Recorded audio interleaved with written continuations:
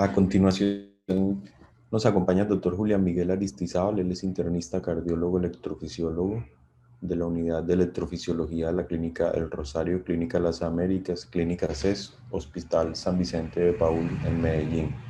El doctor Julián nos va a hablar de evidencia de anticoagulación en fibrilación atrial no valvular en el mundo real. Como han podido ver en cada uno de los eventos, siempre hablamos de anticoagulación en fibrilación auricular porque hace parte de nuestra campaña global de prevención de los efectos de la cardioembolia. Cada vez vemos más pacientes que tienen eventos cerebrales y que no estaban anticoagulados, a pesar de que existen las indicaciones y de que nosotros repetimos y repetimos los criterios de anticoagular y todo, pero persiste la inercia terapéutica. Por eso nosotros seguimos insistiendo en la terapia anticoagulante en pacientes con fibrilación auricular. Bienvenido, doctor Julián. Doctor Antonio, gracias. Muchas gracias al colegio, a todo el equipo por la invitación, a ustedes por compartir con nosotros estos instantes de mañana. Esperamos que toda la información que se ha transmitido sea útil y sea práctica. Permítame compartir la pantalla. ¿Me confirmas, Antonio, si se ve allí? Sí, perfecto. Genial, listo. Muy bien. Muchas gracias a todos de nuevo. Increíbles charlas, increíble compartir con personas tan expertas, con pioneros en investigación, con colegas del país que están haciendo las cosas tan bien, motiva demasiado. Y Antonio tocó un punto fundamental, porque después de que hablamos de ablación, después de que hablamos de un manejo amplio, integral de la fibrilación auricular, nuevamente nos detenemos en la anticoagulación. Porque la anticoagulación cambia la perspectiva y cambia el panorama, ha cambiado la mortalidad en la fibrilación auricular. Y eso es fundamental cuando hablamos de una enfermedad compleja, una enfermedad difícil de entender, en donde estamos perfeccionando las estrategias de terapia, pero en donde la anticoagulación sin duda se ha sedimentado como una de las mejores estrategias. Pero ¿por qué hablar de anticoagulación en el mundo real? Y ustedes me dirán, Julián, ¿qué sentido tiene de que hables de anticoagulación en el mundo real? Si ya hay estudios clínicos muy sólidos que consolidaron o sedimentaron lo que hoy es la realidad de anticoagulación, y eso es cierto, hay cerca de 72,000 pacientes en los estudios clínicos pivotales que demostraron la eficacia de los anticoagulantes orales directos y la seguridad de los mismos comparados con warfarin. Entonces, ¿para qué necesito más información? Pues bien, la pregunta es válida en un sentido fundamental. En los estudios clínicos controlados no se resolvieron todos los escenarios posibles que la clínica nos plantea a nosotros en nuestro accionar. Y necesitamos respuestas, y esas respuestas surgen a partir de experiencias, no experiencias individuales, sino experiencias compartidas. Y entonces, lo que en el mundo real se obtiene, por supuesto, podría llenar ese espacio. Tan importante y tan relevante resulta que muchos editoriales en revistas tan prestigiosas como New England Journal of Medicine, el doctor Califf, que fue el editor durante mucho tiempo, nos dice qué es la evidencia o los datos del mundo real y qué puede contarnos, qué puede decirnos. Nos sirve para cambiar la perspectiva de lo que estamos haciendo. Pero por supuesto, cada uno lo podría interpretar de manera diferente y decir, mira, no quiero enredarme, ya tengo los RCT, es demasiada información, o no sé cómo leerlos. O alguno dirá, están mal realizados porque son observacionales. Pero alguien más inquieto podría decir, me encantaría saber cómo evaluarlos. Y entonces el primer punto es, ¿qué nos pueden brindar? Y tenemos que saber que los RCT nos hablan de, en esencia, dos visiones. Una, eficacia, la intervención que estoy evaluando sirve para su cometido, pero por otro lado, ¿qué tan segura es esa intervención? Y eso lo obtiene a partir de una característica fundamental, es la distribución aleatoria en poblaciones específicas, usualmente con seguimientos de un par de años o un poco más, pero más cortos que los observacionales. Evaluamos esa intervención y obtenemos lo que sedimenta en nuestra práctica.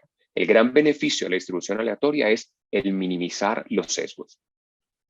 ¿Qué nos dicen entonces los estudios de la vida real? Pues pueden hablarnos de efectividad, no de eficacia, sino efectividad en condiciones mucho más cercanas a lo que cotidianamente los clínicos enfrentamos. Pero también pueden hablarnos de costo-efectividad, de tolerabilidad, y un punto supremamente valioso, cómo se comportan esas intervenciones en pacientes heterogéneos. en los extremos, en los pacientes que tienen más riesgo, en los pacientes que no fueron incluidos en los estudios clínicos. Son estudios observacionales, pero no por eso ya debemos desvirtuarlos, no, para nada. Debemos aprender a juzgarlos, a aprender si son o no bien realizados y a entender que esa información puede ser realmente muy útil. E incluso podrían hablarnos de circunstancias tan determinantes como la adherencia y la persistencia de tratamientos a largo plazo. O, por ejemplo, cómo se comporta la carga de la enfermedad, o cómo son los patrones de prescripción, o cómo se usan los recursos en ciertos lugares. Es muy interesante saber de dónde viene esa información. Y no es solamente de estudios patrocinados por empresas, para nada. Por ejemplo, hay grandes bases de datos administrativas, hay grandes registros ideados por instituciones o también por empresas, pero por ejemplo, los registros de los Institutos Nacionales de Salud de países como Dinamarca, Suecia, Corea, nos ofrecen increíble cantidad de información. Y si ustedes quieren mirar ahora y hacia adelante, la realidad nos dice que la información de los dispositivos móviles, y el ejemplo está en el estudio Apple Heart, nos va a permitir, probablemente en un futuro cercano, tomar decisiones, aparte de monitorización en tiempo real y una increíble y enorme cantidad de pacientes. Despreciamos esa información porque hoy no tenemos claro cómo interpretarla. O nos sentamos a analizar cuál es la mejor forma de entenderla y, por supuesto, interpretarla. ¿Por qué tenemos que tener en cuenta ciertas características claves de los estudios observacionales? Y una de ellas es que tienen sesgos. Precisamente la presencia de los sesgos es la que nos obliga a tener herramientas para juzgarlos mejor. Entonces hay múltiples sesgos posibles, algunos de los cuales se los menciono acá. Pero no quiero, digámoslo, ser exagerado en que todos esos sesgos están presentes siempre. No están presentes siempre, pero ciertas herramientas nos permiten limitarlo.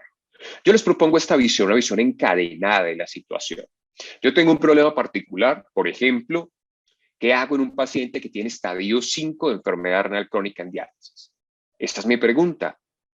¿Lo anticoagulo o no lo anticoagulo? Con DOA. Entonces, la pregunta siguiente es, ¿el RCT resolvió eso? ¿Eso lo resolvió, lo estudió algún RCT? Y sabemos que hasta ahora no. Los estudios pivotales no, y el RINAL se suspendió tempranamente. Entonces, ¿tengo información o no tengo información? ¿O tengo que conjeturar o tengo que cada caso hacer un estudio por caso? No, hay información, porque muchos clínicos en el mundo tienen el mismo problema o la misma duda que yo tengo. Entonces voy a ver los estudios de la vida real. Pero no todos los estudios son iguales, no solo en resultados, sino porque los métodos no son sólidos. Y para entender los métodos, tengo que tener en cuenta cuál fue la forma de obtener la muestra, cuáles fueron los ajustes para reducir los sesgos y cuáles fueron las interpretaciones y las limitaciones. Esas limitaciones pueden condicionar los resultados y deben ser expresas claramente cuando me están los autores diciendo sus resultados. Y luego, lo más importante, y esto depende de mí, o sea, del juicio clínico, de mi interpretación, cómo aplico esta información en lo que yo hago cotidianamente. ¿Resulta o no relevante? Es un ejercicio clínico. Entonces les planteo dos visiones, una global, y es cómo entender el estudio dentro de un contexto amplio de sus conclusiones, pero también de sus limitaciones, y luego uno específico, pero no vamos a profundizar en él hoy. El método es muy importante, me brinda garantías para reducir los sesgos, debo tenerlo en cuenta. Miren, hagamos un ejercicio corto con este interesante estudio que es el Revisit Us, que se publica ya hace un par de años, y ciertas cosas que debemos mirar, incluso que en el abstract podemos mirar. Miren, ¿cuál es la fuente de la información? La fuente es una base de datos, es una cohorte nacional, está o no sponsoreado por algún tipo de industria. Los datos y las definiciones cuáles son. Es muy importante tener en cuenta cuál fue el protocolo y cómo analizaron los resultados. Por supuesto, qué es lo que ellos quieren evaluar, cuáles fueron los resultados obtenidos. Y luego hay una significancia que es estadística, pero hay otra que es clínica. Las limitaciones deben quedar claras y, por supuesto, la conclusión de trasladarlo a lo que yo hago cotidianamente es una conclusión propia. Entonces, la fuente me habla de validez externa, que es en este caso Market Scan, qué pacientes incluía, ¿Es multinacional? ¿Es aplicable, por ejemplo, a nuestros pacientes en Colombia? ¿O solamente es válido en un contexto muy específico? ¿Cuáles fueron los datos y cuáles las definiciones? Y esto es muy relevante en los estudios de la vida real, no lo pasen por alto. Yo sé que la parte metodológica es como a veces un poquito molesta, si se quiere. No lo pasen por alto. ¿Por qué? Porque ustedes tienen que saber a quiénes incluyeron. Por ejemplo, en este estudio en particular, se incluyen y se excluyen ciertos pacientes muy importantes. En los estudios observacionales, una de las grandes y valiosas características es que por su misma metodología pueden tomar una increíble cantidad de pacientes, usualmente cientos de miles de pacientes, que para un RCT es algo sumamente complejo, casi que irrealizable si se quiere. Entonces, el número o la muestra en estos estudios observacionales resulta sin duda valioso. Pero, por ejemplo, hay un subgrupo que aquí, particularmente en el estudio que les mostré, se excluyó. Pacientes que habían tenido un evento cerebrovascular isquémico hemorrágico previo. Es decir, esa población en particular de alto riesgo la saco de la posibilidad de análisis. Y luego tengo en cuenta, para interpretar, si tengo los datos completos, porque algunas veces los datos se obtienen de historia clínica. Entonces, aquí resulta muy valioso tener en cuenta que yo para anticoagular usualmente ajusto dosis con base en ciertas características. Por ejemplo, el peso, la creatinina, la depuración de creatinina. Si yo no tengo esos datos siempre, voy a tener un problema para definir quién recibió una dosis adecuada. O sea, que hay que tenerlo en cuenta. Luego, ¿cuáles fueron los planes de análisis? Yo tengo que tener en cuenta que estos estudios requieren métodos usualmente sofisticados para tratar de definir si el riesgo residual se minimiza. Y tengo que tener en cuenta también que yo solo puedo ajustar las variables evaluadas. Es decir, yo no puedo ajustar creatinina si creatinina no se midió. Si yo tengo un RCT que responda a algo parecido, los resultados del observacional, compáralos con el parecido y trata de equilibrar las cargas. Si tú ves que hay coherencia, van en la misma dirección, tú dices, tiene mucho sentido. Pero si tú dices, no, es sustancialmente diferente al observacional, al RCT, probablemente el RCT tiene una mayor solidez para tomar decisiones y tengo entonces que cuestionar los resultados del observacional más que los del RCT. La interpretación estadística puede que me dé una P, puede que me dé un intervalo de confianza adecuado, pero otra cosa es que eso tenga una relevancia clínica y esa es una interpretación propia. Y por supuesto, la limitación la debo tener muy en cuenta en el análisis, así que no debo pasar por alto estas circunstancias. Entonces, el análisis estadístico, grosso modo, un esquema grande, esa confusión residual por todos esos sesgos que están por allá en el fondo y que siempre van a estar, necesitan hacer varias cosas. Uno, crear un modelo, usualmente un modelo que llaman score de propensión.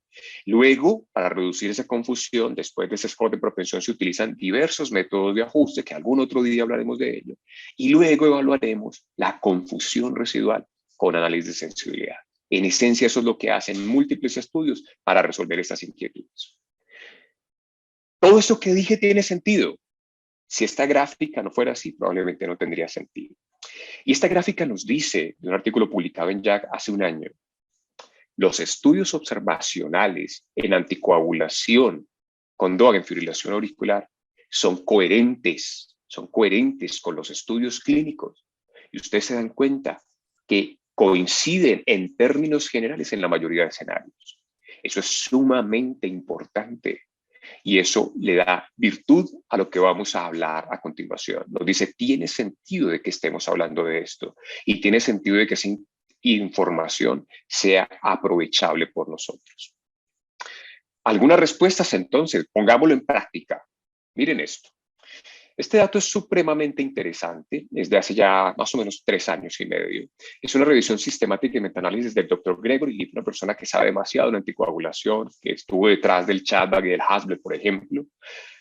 En la vida real, en los estudios observacionales, se reproducen los resultados de los estudios clínicos. Por ejemplo, los anticoagulantes orales directos reducen la hemorragia intracerebral. Lo mismo ocurrió en los estudios clínicos pivotales. Algunos de ellos reducen mortalidad. Algunos reducen sangrado gastrointestinal e incluso pueden reducir sangrado mayor. Ese panorama favorable es muy coherente con los de los estudios clínicos pivotales y por lo tanto supremamente valioso tener en cuenta la anticoagulación como una herramienta eficaz y segura, es decir, RCT, pero efectiva y segura, es decir, observacionales. Pero miren la realidad.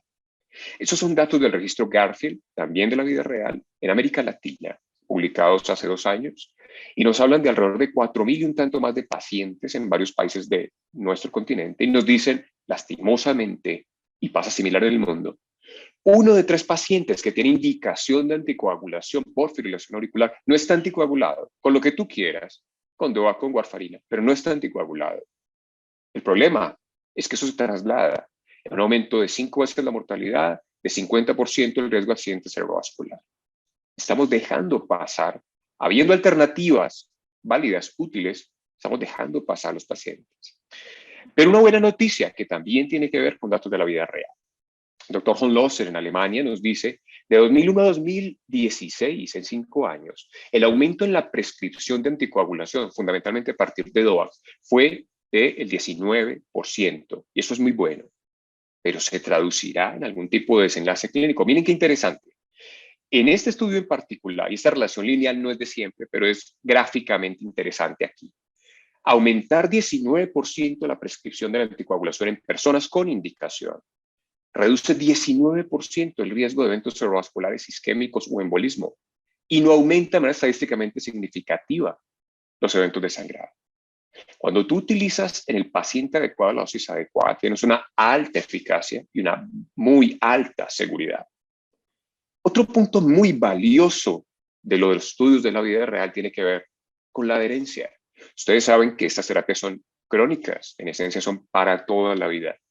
Y el paciente, si se toma el medicamento, está protegido, pero si no se lo toma, no. Y una discusión bien importante es si la dosis, si es 1 o 2.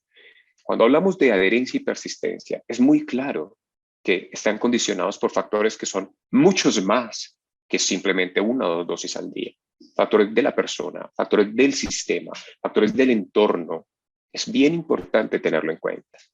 Pero esa adherencia y persistencia en esencia son similares en algunos de los DOAC, en este caso rivaroxaban y apixaban, y la adherencia es un poco menos con dabigatran. Pero miren lo que significa esa adherencia. Es un registro nuevamente de vida real, en donde hace muy poco se publica en el European Heart Journal y nos dice que más o menos en el 4º año la adherencia solamente está cercana al 72%. ¡Wow! Increíble ese dato. El problema es que eso significa un aumento del 58% en el riesgo de accidentes cerebrovasculares y un 79% en el desenlace combinado de ACV, de muerte relacionada con ACV. Porque como lo decía el doctor Mora al principio, el ACV por fibrilación auricular es más grave, con peores desenlaces, con más morbilidad.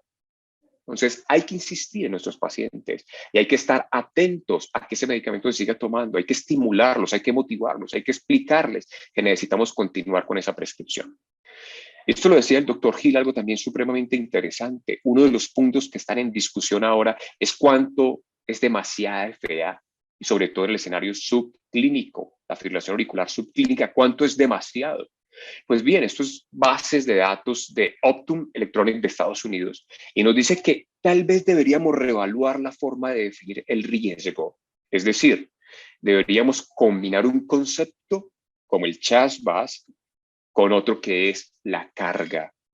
Entonces, cuando sumamos la carga y el riesgo con factores de riesgo, probablemente entendemos por qué el LOOP, el estudio recientemente publicado, puede que no haya sido suficientemente adecuado para anticoagular, pero por qué si asumimos un punto de corte mayor por encima de 24 horas, probablemente hubiera tenido resultados.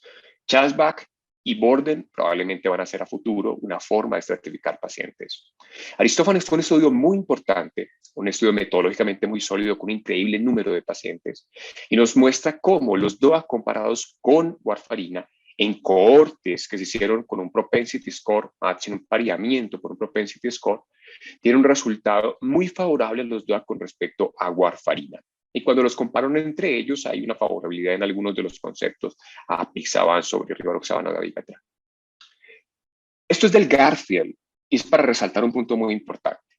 Me interesa que el paciente no tenga ACV, sin duda, pero me interesa que el paciente no sangre, por supuesto. No, pero solo quiero prevenir sangrados muy grandes, un ACV hemorrágico. No. Los sangrados menores son supremamente importantes. Miren lo que nos dice el Garfield. La parte interior de la gráfica es el sangrado menor Y cuando ustedes observan el impacto en mortalidad de sangrado menor, estamos hablando que aumenta 97% el riesgo de muerte. Así que no menospreciemos el sangrado. Cualquier sangrado es relevante. Este es un punto supremamente valioso. Algunas veces, por el temor de que el paciente sangre, decimos, no, demos una dosis más bajita de lo usual. No, pero eso somos los colombianos. No, no, es todo el mundo. Miren esos datos. Israel, del Instituto Nacional de Salud de Corea, del registro Orbit. La dosis inapropiada es supremamente frecuente. El problema de la dosis inapropiada, parecido a lo de la adherencia, es que si yo sobredosifico, aumento el riesgo de sangrado. Y si subdosifico, aumento el riesgo de accidentes cerebrovasculares. Con el DOAC que tú escojas. Siempre pasa, siempre se reproduce. Por favor, dosis adecuada. Y esto es recientemente publicado y nos dice en una población de muy alto riesgo. Uno dice, un paciente de mucha edad, muy anciano, no anticoagulo por el riesgo de sangrado. Miren esto de la vida real, qué valioso. Pacientes de muy alto riesgo embólico, además de un muy alto riesgo de sangrado. ¿Cómo le va a los DOAC comparado con no anticoagulación? No anticoagulación, no warfarina. Les va supremamente bien. Miren esto. Los DOAC disminuyen mortalidad, accidentes cerebrovasculares o mortalidad relacionada con ellos, o el desenlace combinado de ACV isquémico, sangrado, mayor mortalidad. Ojo que estamos comparando con no anticoagulación. Decidimos no anticoagular por el alto riesgo. Pues no aumentas el sangrado, pero reduces mortalidad, ACV isquémico y el desenlace compuesto. A tener en cuenta en esta población. Entonces, la evidencia o los datos de la vida real nos dejan ver algo más. Depende de la forma como lo mires. Los pacientes son los mismos. Los estudios de la vida real no son con gente diferente, son con gente cotidiana, como los RCT. Pero existe una diferencia sustancial. Una, cómo obtengo la información en cada uno de esos estudios. La segunda, cómo interpreto la información. Y esa interpretación es un ejercicio clínico al que tengo que tener elementos. Eso es supremamente importante para la toma de decisiones. Esto quería compartir con ustedes. Muchísimas gracias por su atención. Muchas gracias, doctor Aristizábal, por su excelente presentación.